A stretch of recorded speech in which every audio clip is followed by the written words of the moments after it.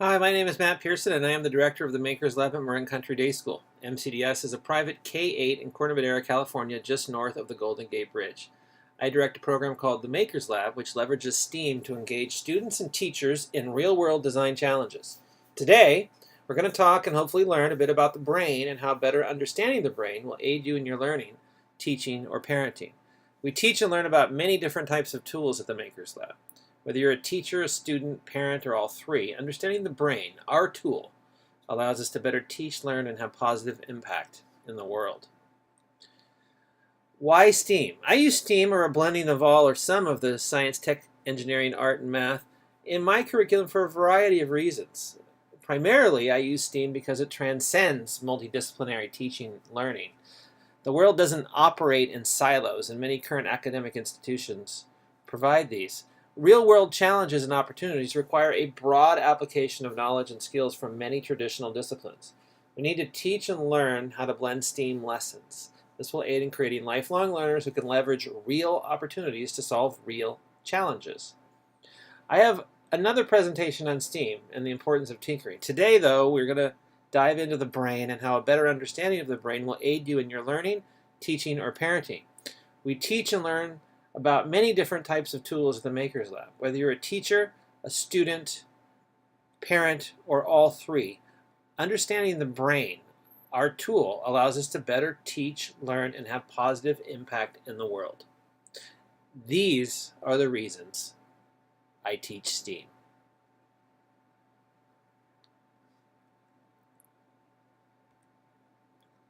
Today, the question which will guide us, what is the role of neuroscience in education? I hope to instill a new perspective for you. That is, if I can engage and interest you. More on engaging learners later. For now, consider for a moment how you learn. How you grapple with a new problem or take advantage of an opportunity. Why you select and work on a challenge.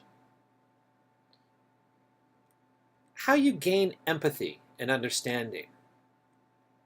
Why you give up. When you ask for help. How you work with others. How you learn from others. Do you have a playbook for your brain? Why not? What about for your students' brains?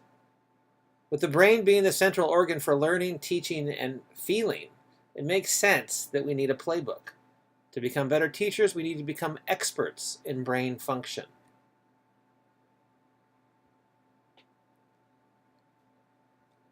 Before we dive into learning and how to make a playbook for our brain, let's assess where we are with modern thinking in neuroscience and how it connects with our brains to become being better teachers, learners, and parents.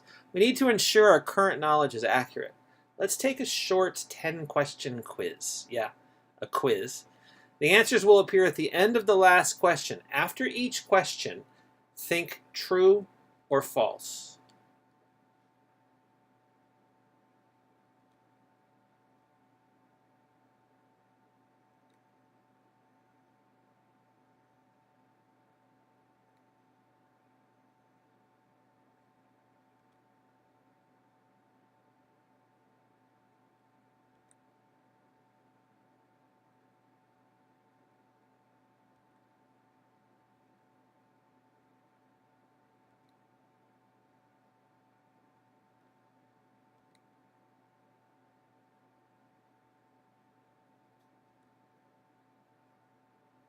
Okay, did you think true or false for each of those? Let's have a look. False. Actually, they're all false with one exception. It's kind of a trick question. Questions 1 and 10 bookend our formative assessment. Researchers say pop quizzes do not help learning. That is, quizzes that can impact your grade. But research also says formative assessments do help learning. In fact, out of 815 studies relating to student achievement, formative assessments without a grade ranks third and highest out of the things in the teacher domain. Questions 2 and 3 deal with primacy and recency. Research in primacy and recency, or as it's also known, the serial positioning effect, is quite old research and known by many. As you can see in Figure 2, the beginning of a lesson or learning episode is best suited to new and relevant engagement in the topic. So you've got this great opportunity at the beginning and this almost as great opportunity at the end. Question 6 is also about memory. Active retrieval of information in carefully spaced intervals has been shown to produce long-lasting learning. Yeah, we're talking about memorization, but you have to have the right strategies. The strategies used in memorization play a critical role. It is important to encourage brain breaks and movement to refocus attention. The remaining questions deal with the genetics, the physiology, or the environment of the person. Who we are as a person, our passions, our beliefs, our current state of mind, they all impact our learning. However, learning new knowledge and skills is not best catered to a certain type of learner and instead should be adapted depending on the content. Remember that. We're talking about modalities of shifting the modalities based on the content, not the individual. Our brains make new neurons and neural pathways throughout our lives. In fact, significant changes in some areas of the brain continue past college years. With these myths demolished, or at least beginning to be demolished, our brain playbook making will focus on how neuroscience strategies evolved for the classroom. We'll focus on these 3 categories: assessments, passions, and stress. Instead of finishing with the strategies that leverage these categories of neuroscience, those nuggets that you want now, let's share them now and then see how you can recall them at the end of this presentation and perhaps create interest in pursuing them in your classroom. Along the way, we'll learn a little bit about how the brain works and how these categories and associated strategies connect. But first, let's look at those strategies. So these strategies are borrowed from the book Neuroteach, Brain Science and the Future of Education by Glenn Whitman and Ian Kelleher. These strategies are research-informed. They are not good guesses. They are born out of careful research in many settings. Now, this is only 3 of the strategies. There's 12 in total, and we're going to focus on these 3. Each of these strategies address our 3 categories of passion, stress, and assessment. Before we dive into these strategies, though, these categories, and how they connect to the brain, let's bring the brain back to the screen. Comprised of over 100 billion brain cells called neurons, the brain is in constant genesis of both new neurons and new neurological pathways based on sensory inputs such as vision, auditory system, tactile, olfactory, taste, and others. These new neurons and pathways are often the result of learning taking place. Our brain is constantly searching for connections and ways to organize the sensory data for current and future use. Our brain is not unlike an ant colony searching for food. No, really, an ant colony. An ant colony is a highly organized and ever-evolving community of millions and even billions of individual ants. Here, our ants are analogous to neurons, working in harmony with the colony analogous to our brain. A colony is constantly searching for food like the brain is constantly organizing sensory data. When an ant scout finds a food source, they immediately communicate the find to the other ants, which in turn alert other ants. As neural pathways are built in the brain and reused, their performance is enhanced and strengthened through myelination. This myelination increases the speed and efficiency of the pathway as the ant scouts' communications are directed back to the colony core and other scouts are sent out to both validate and retrieve the food source.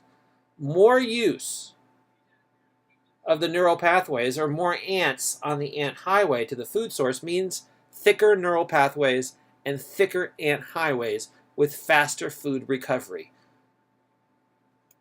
When the ant scout's communication first arrives at the colony, usually the result of a chain of linked scouts delivering the message, which is similar to neural pathways. The message is evaluated for value and importance.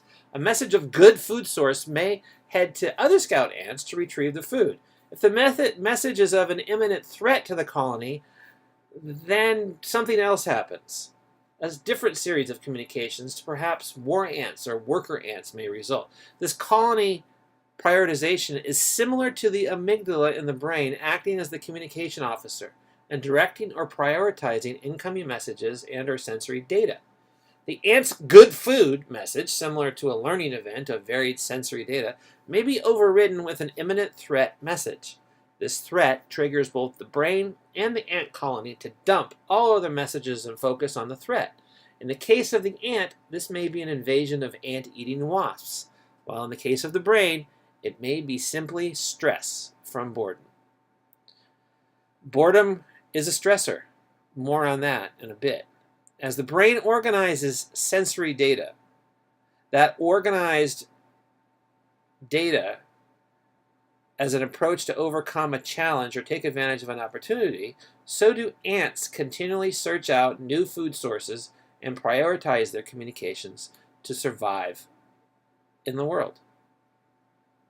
So here on the left, you can see how that dark red line has, similar to neurons, become more, there's more myelination in that pathway because it's used more.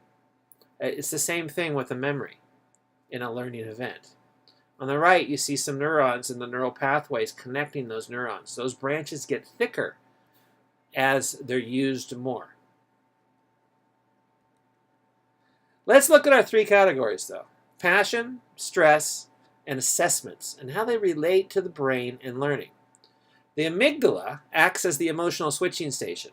Too much stress impedes learning, as the amygdala will dump incoming sensory information to the fight or flight part of the brain, instead of the reflective part of the brain. Stress is often thought of as fear or confusion. A big stressor in some classrooms with teachers doing too much lecturing is boredom. Boredom is a big stressor. Leveraging primacy and recency, the use of visual and performance art, even humor, can help prevent boredom. This is where the modalities of teaching being shifted depending on the content can be leveraged to make lessons more engaging.